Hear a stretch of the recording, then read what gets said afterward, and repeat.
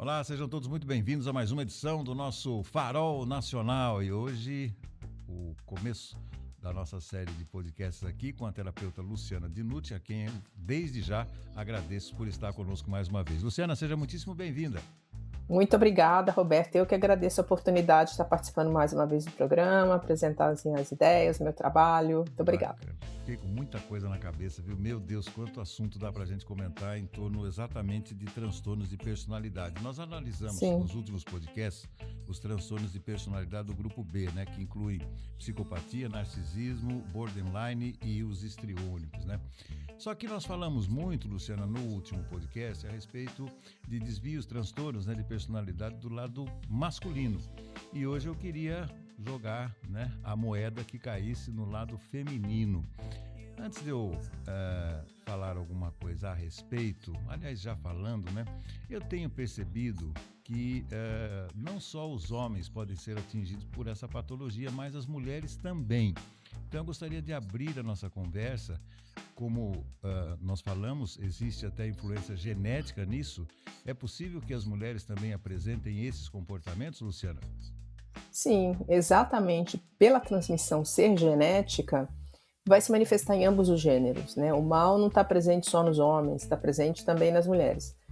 Mas, Roberto, o que a gente vê? Que o noticiário traz muito a informação, né, do homem que maltrata, do homem que bate. Não estou dizendo que não existe, que não seja péssimo, que não deva ser combatido, sim, mas foca-se nisso, somente. Né? A mulher aparece muito como a vítima, somente como a vítima, e não é a realidade.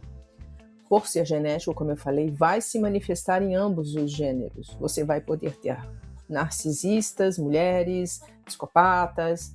Você vai ter uma grande incidência do borderline, do transtorno borderline em mulheres, exatamente porque o transtorno ele é acompanhado por uma produção excessiva de hormônios femininos.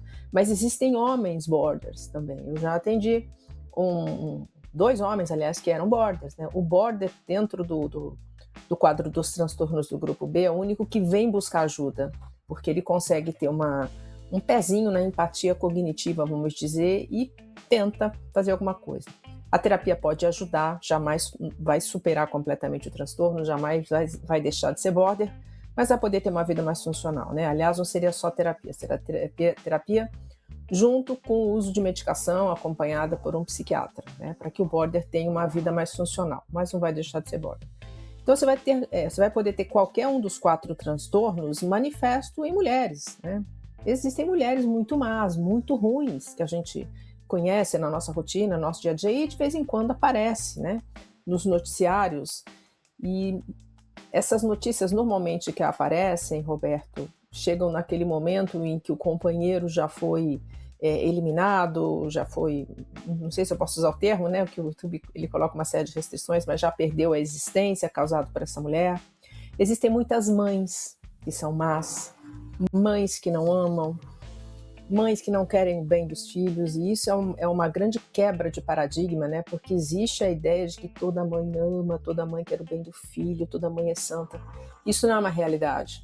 Existem várias páginas, inclusive, que falam exclusivamente sobre isso, né? Sobre as tais mães narcisistas. Se cria, né? Eu até comentei no outro podcast, né? Um título, o narcisista, que é o mal, mas a gente não está falando de um transtorno, a gente está falando de um conjunto de 4 que se misturam, né?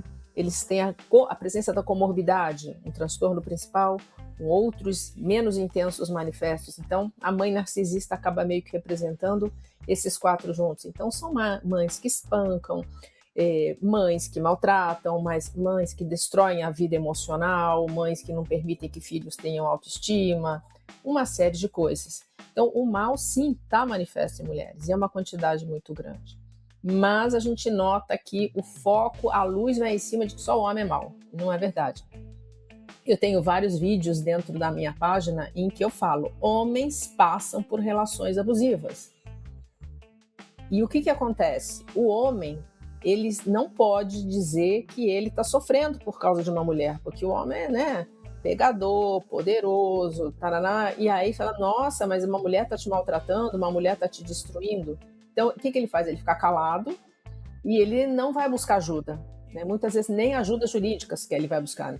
Quando chega na terapia, então, é um passo imenso, maravilhoso.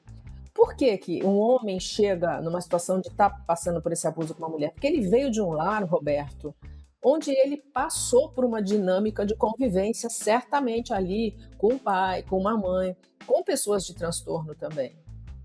Talvez nem só de transtorno do grupo B, mas ele sai de um lar disfuncional, onde ele aprende basicamente dois conceitos: amar é dar e não receber, ou seja, eu me sustento, eu me satisfaço em receber pequenas migalhas, pequeninas quantidades de amor, de respeito, de atenção. Então, qualquer coisinha pequena que seja, eu me satisfaço. E o segundo conceito: carregar adultos complicados, pessoas complicadas nas costas. Porque eu vejo aquele pai e aquela mãe que não me amam, que me maltratam, que não me dão atenção, e eu chego à conclusão de que o problema sou eu. A psique não permite que a criança olhe e ache os pais ruins, senão ela vai perder a proteção, enfim. Acho que até eu falei um pouquinho isso nos outros podcasts, né? Então a criança chega à conclusão de que ela é ruim. E qual é a única maneira que eu tenho de fazer os meus pais me amarem? Eu salvar, eu ajudar, eu ser bonzinho. Então surge a síndrome da boa menina, a síndrome do bom menino, e também a síndrome do salvador, né? A codependência emocional. Eu desenvolvo o vício e a necessidade de me envolver com gente problemática para eu resolver a vida delas. Né? Todo mundo acho que tem aquele tipo de amigo que fica mandando vídeo de autoajuda, né? Vídeo de palestra, que fica se preocupando com os problemas dos outros. A gente percebe esse comportamento. E é vício. Tanto que dentro dos alcoólicos anônimos, você vai ter duas salas, né? Uma sala para aqueles que têm vício em álcool e a outra sala que é para quem tem vício em cuidar de pessoas como os alcoólatras. Porque é vício. Né? E não passa, né? Um vício não some totalmente. Você vai ter que aprender a lidar com ele ao longo da vida. Então, para o codependente emocional, o que é importantíssimo? O autoconhecimento e a humildade de falar eu tenho. E eu preciso estar sempre alerta para eu não cair de novo nessa história. Então, o homem que passa por uma situação de um lar como esse, e vamos olhar para a nossa realidade, gente. A maioria das famílias é disfuncional. Quantos casamentos bons realmente nós conhecemos, em que há amor, há respeito, há verdade entre o casal? São raríssimos. E o que vai gerar? Filhos que vão buscar relações afetivas depois com problemas. Isso é um fato. Por isso que terapia é que nem banho, né? Tem que tomar, tem que fazer. Para que a gente possa ter acesso na nossa vida adulta a condições boas de existência. Então, esse homem que sai desse lar, por quem é que ele vai se interessar? Por uma mulher que vai oferecer exatamente a mesma coisa. E não vamos dizer, pode ser até uma relação homoafetiva. Né? Um homem que é homoafetivo, ele vai se interessar por um homem também que é abusivo. Então, nós passamos algumas gerações, né? E eu costumo identificar, por exemplo, nas décadas de 50 e 60, aliás, quem hoje é 60 a mais, 50, 60 a mais, teve pais que nasceram entre os anos, provavelmente, 1920, 1930 até 40. Sim. E aí esses adolescentes foram criados em 1970. Em 1970 nós tivemos aí a revolução, não a revolução, né, mas aquela questão do desenvolvimento da sexualidade, dos hippies, né, e todo aquele movimento que surgiu na década entre 60 e 70. Agora, eu percebo que nós estamos vivendo um outro tipo de movimento, muito por conta das redes sociais, que é da liberdade de opinar. E essa liberdade de opinar atinge em especial as mulheres. Eu vou te contar, Luciana, eu fiz um podcast Sim. com a nossa treinadora física e comportamental, Lirane de Paula, e num determinado ponto do nosso bate-papo, ele falou, olha, as mulheres gostam de falar, elas falam, e os homens muitas vezes não devem interferir, eles devem ficar quietos, porque esse momento para o homem, ele tem que ficar na caverna, tem um momento que o homem fica na caverna.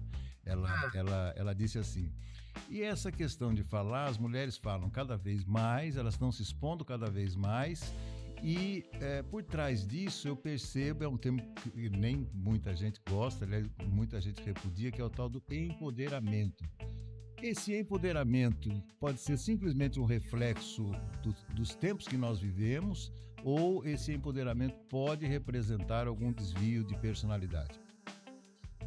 O desvio de personalidade, Roberto, ele se caracteriza por um grupo de comportamentos. Então, dentro desse contexto maior do empoderamento, você vai poder ter mulheres ali que estão discursando, estão defendendo, estão trazendo ideias que podem ser transtornadas, né?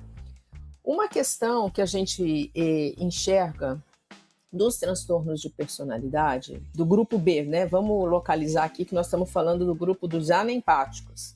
Nós estamos falando de outros transtornos em específico, que são dos anempáticos. Para esses portadores desses transtornos, não existem freios morais, né? Eles não conseguem ter isso. Por quê? Existem más formações cerebrais que impedem que essas informações façam sentido, que elas fiquem guardadas e localizadas dentro dessas pessoas. Então, são pessoas promíscuas, né? Vivem no mundo promíscuo. Existe um grupo, inclusive, que nem vai tender muito a ter uma atividade sexual. Eles são os tais cerebrais, né? Vamos dizer. São os narcisistas cerebrais, mas lembra, a gente tem a mistura desses transtornos todos.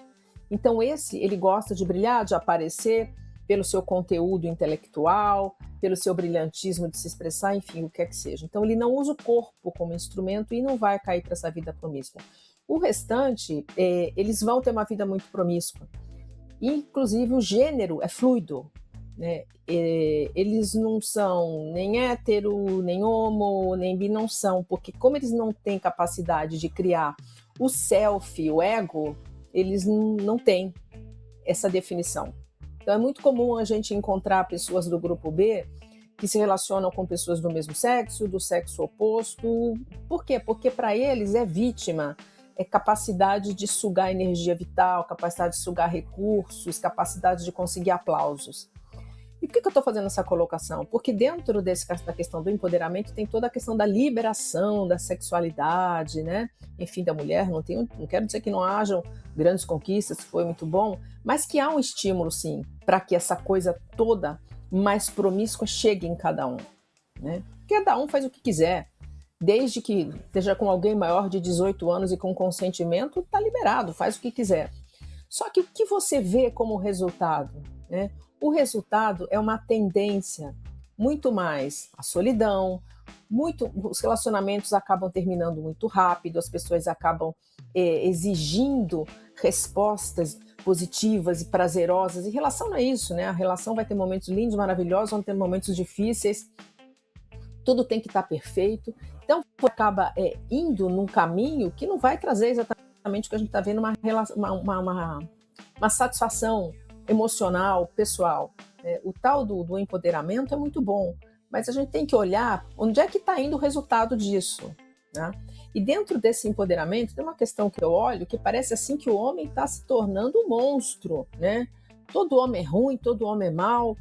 E aí o que acontece? O homem vai ficando fraco, ele vai cada vez tendo mais esse papel do fraco, do ruim, sendo enfatizado, né? E a mulher maravilhosa, poderosa, sim, as mulheres são maravilhosas, poderosas e devem exercer, mas vamos lembrar que são papéis diferentes, né? Um homem, ele tem um papel diferente dentro de uma relação. Isso eu trago, é a minha opinião, respeito quem pensa diferente, tá tudo certo. Agora, o homem dentro de uma relação, ele tem o papel de um protetor, né? Ele é maior fisicamente do que uma mulher. Ele tem mais massa muscular do que uma mulher. Uma mulher, ela tem um corpo diferente, ela tem um corpo programado ali para poder ter filhos. E se essa mulher, quando tiver os seus filhos pequenos, naquele momento ela não quiser trabalhar para cuidar das crianças, muitas vezes você terceirizar educação de criança muito pequena não dá certo, né? A presença da mãe é muito importante. Então essa mulher estando ali, cuidando dos seus filhos nessa hora em que eles são pequenos e que decida não trabalhar, se quiser trabalhar também está tudo certo, vai lá. Ela não vai ficar preocupada se vai faltar comida em casa, se vai ter dinheiro para pagar o aluguel, a prestação da casa, nada. Por quê? Porque esse homem está ali sendo provedor da situação. Então a gente vê também dessa questão do empoderamento, essa troca, né? Hoje a gente vê homens, às vezes, que estão em casa, cuidando dos filhos, a mulher trabalhando, sendo poderosa. Não tá certo, gente. Tá com problema essa relação. Tá difícil o negócio. E aí, o que acontece? O homem vai perdendo, ficando fraco, mas isso aí já não entra na questão do transtorno, tá? Eu tô fazendo a colocação da minha visão sobre a relação em relação ao empoderamento. Perfeito. Pode não ser uma mulher transtornada, nem um cara que tenha passado por esse artifício que eu citei, mas ele vai ficando um cara fraco. E aí ela vai ficando cada vez mais poderosa, tá desigual. E o que acontece? Os filhos nessa história. São papéis importantes de você ter pai presente, mãe presente, com papéis que vão gravando identidades para essas crianças. Eu sei que pode chover uma crítica atrás de crítica para mim, pelo que eu estou falando aqui, mas eu atendo gente o tempo todo, eu estudo isso, eu busco respostas. E onde é que você vai encontrar os casamentos mais felizes mesmo, em que as pessoas têm verdade entre si, planos em comum, que elas se respeitam, que elas confiam uma na outra? É quando você tem esses papéis garantidos. A mulher deve, claro, trabalhar, produzir, fazer, mas lembra, ela tem filhos. É a possibilidade, se ela quiser, de estar cuidando em paz desses filhos também, que não tem nada de errado. Tantas vezes eu fico olhando, né, criança pequenininha, bebês, com babás. Onde é que estão as mães? Será que, claro, podem ser maravilhosas as babás, mas onde é que estão as mães que não estão levando aqueles filhos a andar, né, tomar um sol no carrinho de manhã? Elas estão trabalhando, ou elas têm algum tipo de problema, podem estar doentes, mas são muitas. Isso que, assim, o empoderamento é maravilhoso, mas ele traz questões aí que dentro da formação dessa relação, a meu ver, dá problema, Roberto. Então, agora tentando aproximar mais uma vez o transtorno dessa tendência do empoderamento, né? Digamos assim, o empoderamento fez com que as mulheres também percebessem que elas têm, de certa forma, um poder que elas não reconheciam, não vou dizer que não tivessem, mas que elas não tinham no passado.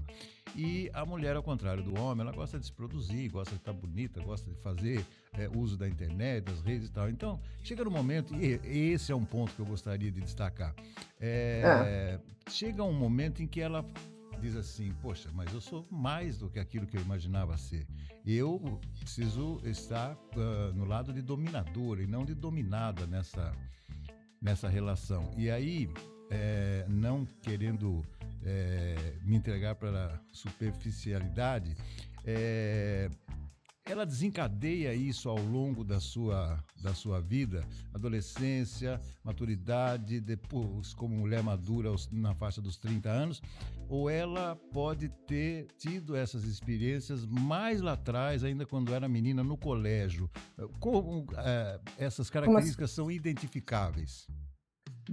De querer ser mais, é isso? Não entendi. Mais do que o homem, por exemplo, numa relação. O que acontece?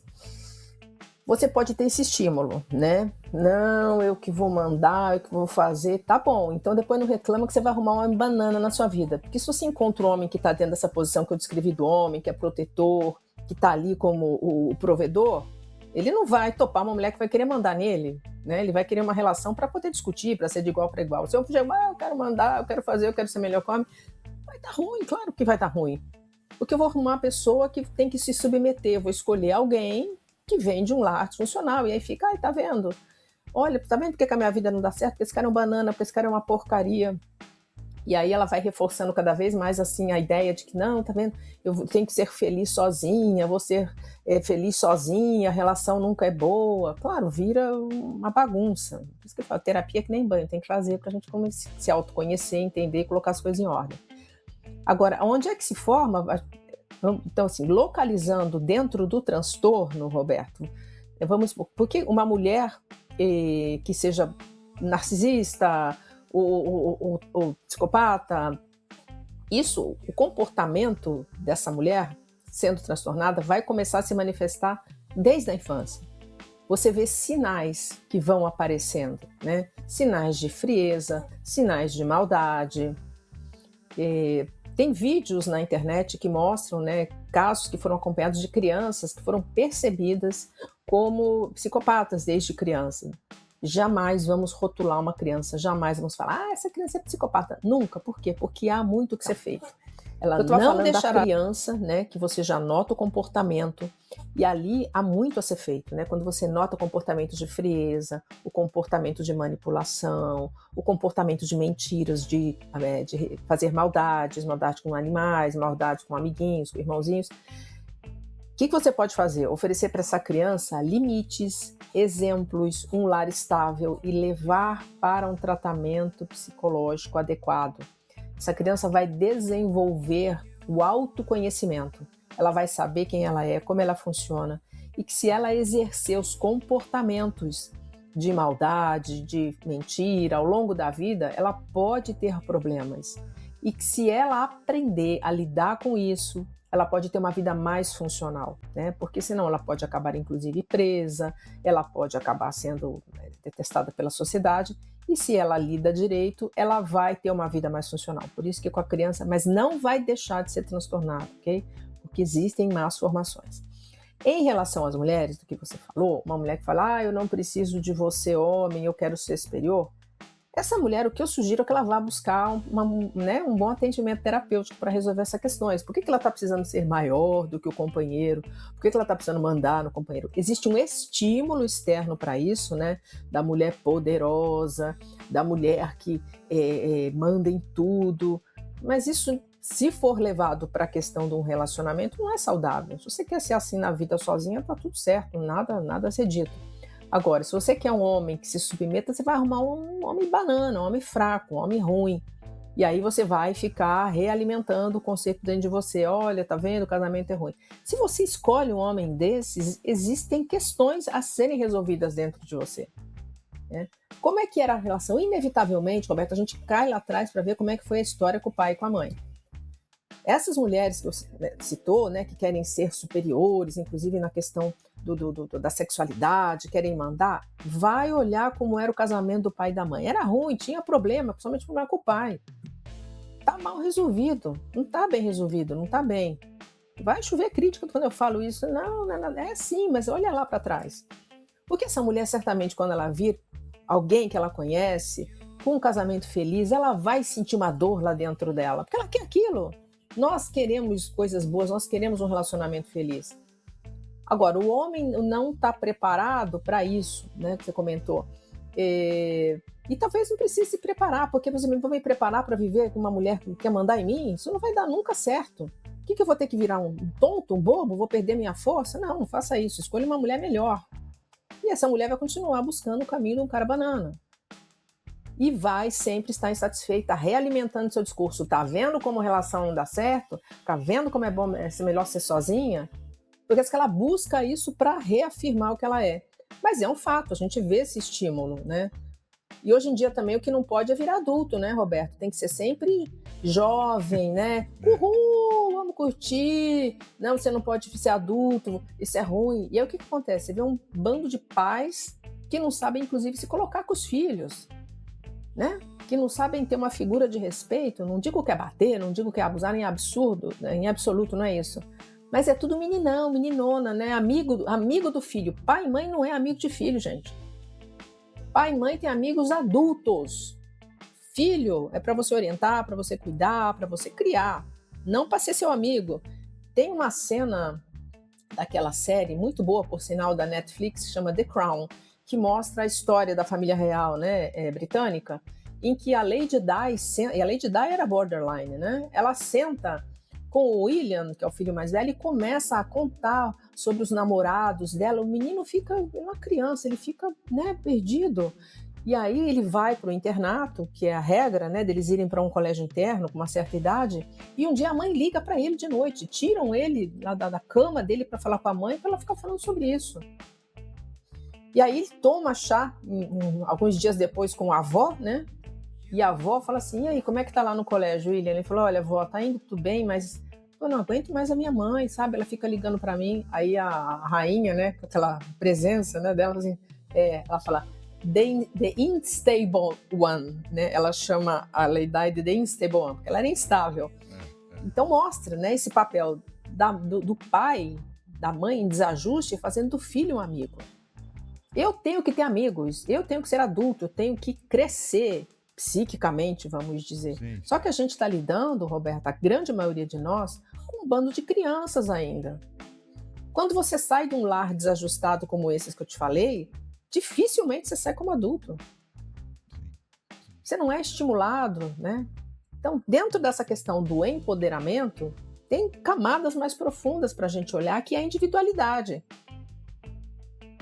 Porque as dores vão continuar as mesmas.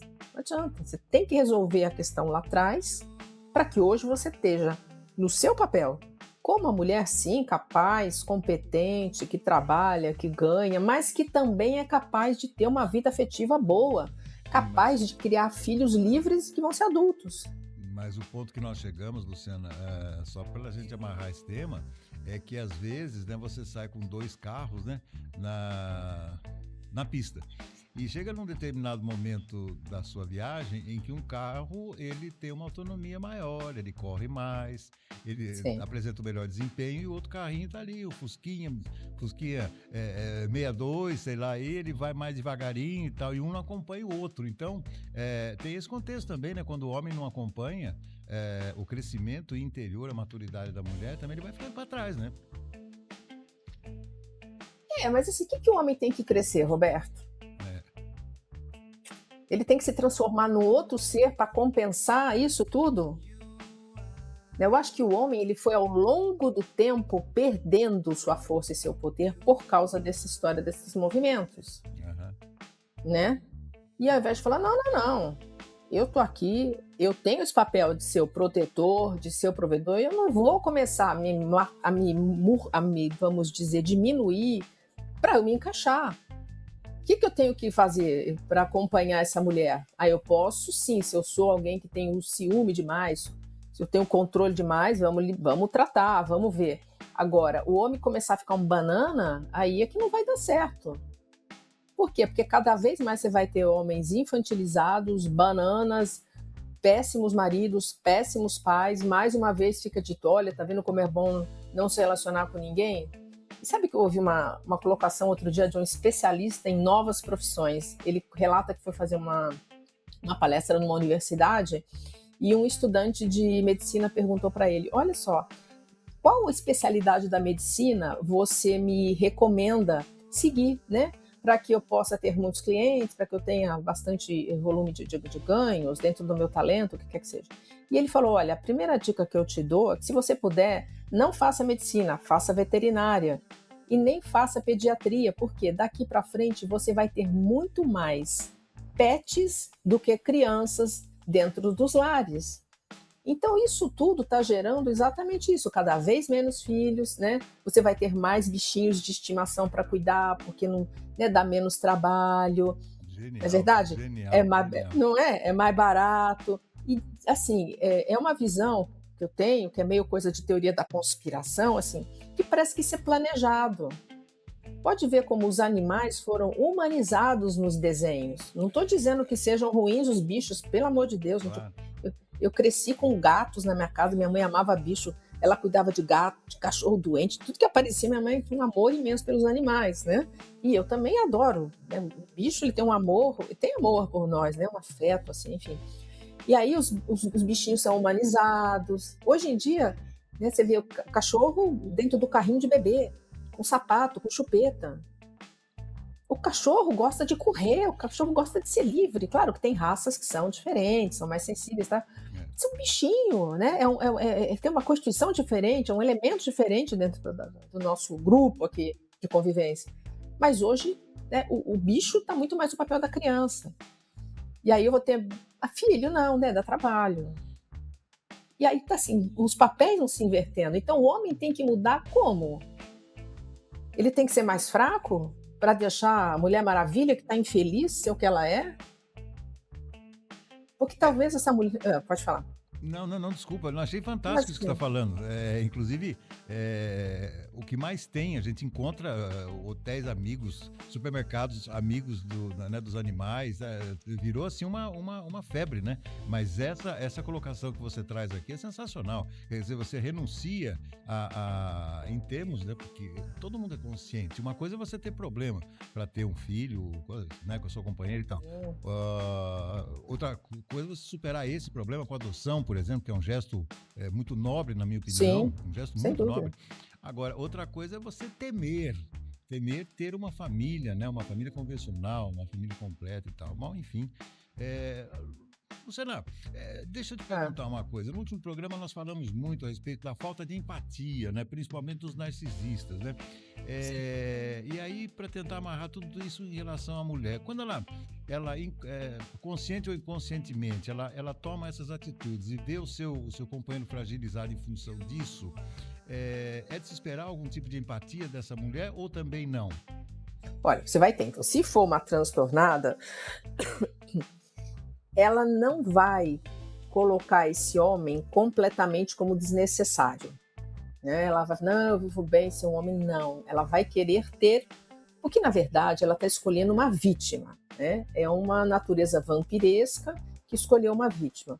Então ela vai trazer esse homem para o contexto do relacionamento e ali ela vai desvalorizando ele, vai fazendo ele perder a personalidade, mas jamais falando que ela não precisa, detém do comportamento, eu não preciso de ninguém, não. Ela vai manter ele ali sob controle, porque ela se alimenta, ela acaba um pouco com as dores que sente, destruindo esse companheiro. Agora, uma mulher que está diminuindo ali o seu marido, esse marido ele é banana, ele entrou ali porque ele combina com aquele papel. Porque se ele não está nesse papel do banana, se ele não vem do lar em que criou isso dentro dele, ele vai dar uma banana, depois a mulher fala, tchau, vou embora. O que é isso? Não vou ficar aqui ouvindo essas bobagens, não vou ficar me submetendo a isso. Então, se existe alguma satisfação, algum prazer dessa mulher em falar, meu marido é ruim, aí nós estamos falando um negócio estranho. Talvez não seja só a falta de empatia, mas um problema que ela desenvolveu lá atrás, na sua infância, ou outras questões aí, até de outros transtornos que ela possa ter. Agora, a transtornada do grupo B, vamos colocar aqui a narcisista, porque o border vai ser um pouquinho diferente, ela, quando está com o companheiro, ela quer destruir, mas sem perder. Ela quer fazer ele perder a personalidade, ela quer tirar os recursos dele, ela quer tirar a energia vital dele. Por quê? Porque isso faz com que ela pare de sentir aquele inferno que carrega dentro de si. Tem que lembrar uma coisa, todo transtornado do grupo B carrega um inferno dentro de si. É difícil da gente entender porque é um cérebro que funciona diferente do nosso. Não dá para entender a situação, funciona diferente do nosso. O cérebro do grupo B, ele é incapaz de se arrepender, de sentir amor. Então é o dia inteiro com uma coisa muito ruim dentro de si, é uma mente mórbida. Então esse inferno que eles vivem, eles têm que dar uma acalmada de vez em quando. E como é que eles acalmam isso? Destruindo os outros, né? Roubando o que é dos outros, tirando o que é dos outros, tirando o bem-estar. Então esse é o modus operandi em geral do grupo B. Então, esta mulher do grupo B, ela vai ter o companheiro, ela vai manter ele ali sob controle dela, vai tirar tudo que ela... Ao momento em que esse companheiro não tem mais nada, que ele está fraco, está sem dinheiro, que ele está arrasado emocionalmente, que ela não tem mais o que tirar, ela vai descartar. Né? É que nem o predador que vai lá, pega a gazela na savana, come a carne, e quando só tem osso, joga fora. Só que aí, quando ela joga fora esse companheiro que já está todo destruído, ela vai esperar, ela vai acompanhar ao longo do tempo. Quando ele estiver melhor, ela vai aparecer. Vai falar, oi, querido, olha, me desculpe, eu fui tão injusta com você, sabe? Me dê uma oportunidade da gente tomar um café juntos, só para eu poder falar pessoalmente para você, me desculpe. E o cara, se não está inteirado dos assuntos do grupo B, por dependência emocional, é difícil, ele vai. O que ele encontrou essa mulher, lá dentro dele é disparado, a amígdala cerebral disparada, né? Pufo, adrenalina, cortisol, volta o vício da adrenalina no cortisol, todo aquele estímulo volta e ele cai na relação de novo. Porque um transtornado do grupo B jamais abandona uma vítima. Ele estabelece um contrato de propriedade particular. A vítima assinou sem saber esse contrato. Nunca eles vão desistir. Por quê? Porque você é um bifinho temperado para mim, gente. É só botar na frigideira, você tá no jeito já. Se eu pego alguém novo, vai me dar trabalho. E por quê? Porque eu tenho uma satisfação imensa de ver que você se recuperou, que você tá melhor e que eu vou te destruir de novo.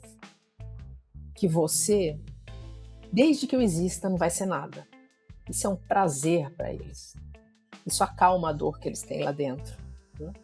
Então, a mulher transtornada, ela vai agir um pouquinho diferente. Agora, a mulher que não é transtornada, que cai nesse jogo, tem questões a resolver, Roberto. Tem questões a resolver lá atrás com o pai, com a mãe. Se tivesse tido um pai e uma mãe que se gostavam, que eram adultos, que tinham vida própria, que tinham amigos, que ganhavam dinheiro, que tinham saúde, ela não ia aderir a isso. Não ia. Sim, Só que assim, olha, a nossa sociedade é toda desajustada. Então tudo que você lançar vai pegar. Surgiu uma dúvida aqui. Fala. Assim, todo mundo tem o seu ritual quando acorda, né? O meu, por exemplo, Sim. eu acordo e tal, faço as minhas orações, faço um café e depois eu vou mais ou menos tentando imaginar como é que vai ser o meu dia, quais são as prioridades e tal, do ponto de vista geral, né? Bem geral. Uhum. Essa pessoa com transtorno, como é que é? Ela tem um clique assim que ela vai fazer isso? Vem do nada essa vontade de pôr alguém na frigideira, Luciana? Você sabe, né, Roberto, assim, tem umas questões do grupo B que são bem difíceis de entender. Porque tem um narcisista diagnosticado, eu até falei dele da outra vez, o Sam Vaknin, né? E ele se descreve em vários vídeos. E ele fala assim, eu sou um robô. Eu me identifico mais com máquinas do que com gente. Existe muito a sensação de quem convive com esses transtornados de que você está lidando com um robô. Por quê? É um olhar frio, parado, é alguém que não tem emoção, é alguém que se mexe, que reage, que fala, mas que você não sente emoção ali, parece um robô. E dentro deles existe como se fosse um programa de computador rodando, porque todos eles são previsíveis, os comportamentos se repetem. Você sabe, por isso é que a gente fala nos vídeos, olha, as fases de relacionamento com o narcisista, né, que é o mais famoso, assim, quais são? Bombardeio de amor, depois vem a desvalorização, enfim, lá no final vem o descarte, tarará. Por quê? Porque eles são previsíveis. O comportamento vai se repetir. E eu digo que eles têm uma capacidade sobrenatural. Não é porque é sobrenatural de mal assombrado, não é nada disso. Mas, por exemplo, para você ter um conhecimento profundo sobre alguma coisa, você tem que estudar, você tem que ler, você tem que fazer cursos. E essas pessoas têm uma capacidade de conhecer a psicologia humana, de entender as leis da mente, natural. Eles não estudam, eles não se preparam, eles sabem. E tem um faro de predador. É um lado misterioso da gente entender como é que se dão essas coisas.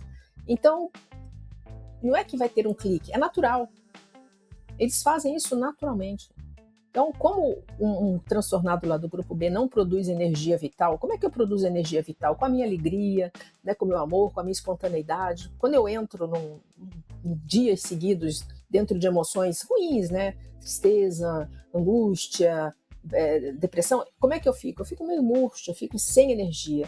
Eu não produzi a minha energia vital. Como eles não sentem nenhuma emoção positiva, eles não produzem. Então, eles precisam sugar dos outros. Por isso é que eles nunca vão ficar sem vítima, né? O narcisista, ele não fica sem vítima, ele precisa de alguém para estar sugando. São naturezas vampirescas. Por isso é que eles têm esse instinto, não sei se é certo dizer o instinto, mas é a melhor coisa talvez para a gente entender agora. O instinto de fazer isso. E eu aprendo de criança que eu não sou igual aos outros. Eu vejo que eu não sinto aquela alegria de abraçar alguém como eu vejo os outros terem. E eu tenho vontade de fazer o mal, e eu percebo que isso não é adequado, porque a sociedade ao meu redor não funciona assim. Aliás, eu fiz uma palestra há um tempo atrás, num tema interessante, que é um livro chamado Ponerologia, Psicopatas no Poder.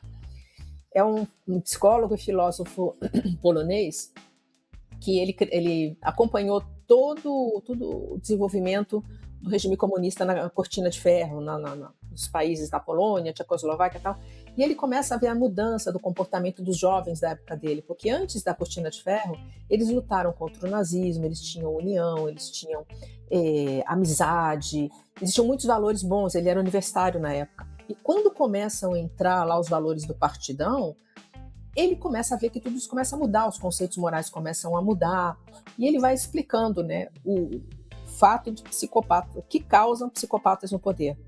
E é quase que inevitável você ter psicopatas no poder, né? Hoje existe um número conservador de que 4% da população é psicopata. Eu não sei como é que chega nesse cálculo, Roberto, porque eles não vão no terapeuta, não vão no psiquiatra. Como é que descobre que é 4%? Sim. Não sei, né? Acho que molha o dedo e bota no vento. Eu acho que por ser genético é muito maior, mas enfim, vamos pegar esse número conservador. Desses 4%, 70% estão em posições de poder. Governos, poder judiciário, medicina, onde haja poder eles estão. Então, você vai ter inevitavelmente psicopatas no poder. Muito bem, e o que esse autor coloca? Ele fala que um psicopata, ele se sente extremamente incomodado com os empáticos no mundo, porque eles são diferentes. Então, esse psicopata, ele se acha Deus, só que ele fala, pera lá, eu sou Deus e eu estou incomodado? Não, o mundo tem que mudar para me agradar. O mundo tem que ser igual a mim. Então o que eles fazem? Eles pegam um valor moral e começam a relativizar. Um valor moral que é universal, que está plantado dentro de cada um de nós, e começa a falar, não é bem assim não. Isso tudo é coisa retrógrada, sabe? É gente muito infeliz, gente má que fala que isso é ruim. Vamos pegar um caso extremo, né? De abuso de pequeninos, né? Começa a falar, o pequenino, ele tem direito à opção de ter atividade sexual. Ele consegue entender. Então ele pode se relacionar com o adulto, né? Tem nada de errado. Como assim? É. E aí fala, o abusador, coitado, ele é doente, ele não é mau. E por que ele não pode satisfazer o desejo dele? Gente, Mas o pior, Luciano, é que nós estamos vivendo um momento social em que essas permissões são cada vez mais declaradas, né? Esse que é então, o e aí, problema. por isso é que eu estou falando que isso, o Lobachevsky descreve, Aham. quando o psicopata entra no poder, ele começa a disseminar essas ideias e torná-las normais e comuns Sim, sim, sim. e aceitáveis. E se você tem culpa quando você ultrapassa o seu valor moral, sabe por que você tem culpa? Porque você foi educado por pessoas castradoras, pessoas preconceituosas. Então não tem culpa não, entendeu? O papo tá bom, mas nós já estamos passando do horário. Na próxima semana nós vamos abordar outros temas relacionados a essas questões de transtornos emocionais também. Luciana, mais uma vez, muitíssimo obrigado pela sua aula aqui no nosso Farol Nacional. Espero revê-la na próxima semana. Boa sequência de semana e até a próxima, amiga. Eu que agradeço. Obrigada, Roberto. Valeu. E o Farol Nacional é um oferecimento do Grupo Inject. Terminamos por aqui. Até a semana que vem. Algumas novidades merecem ser descobertas antes de todo mundo. E quando elas chegam, abrem caminho para novas possibilidades. O Grupo Engep está preparando algo especial. Ainda não é hora de revelar todos os detalhes, mas você pode estar entre os primeiros a saber.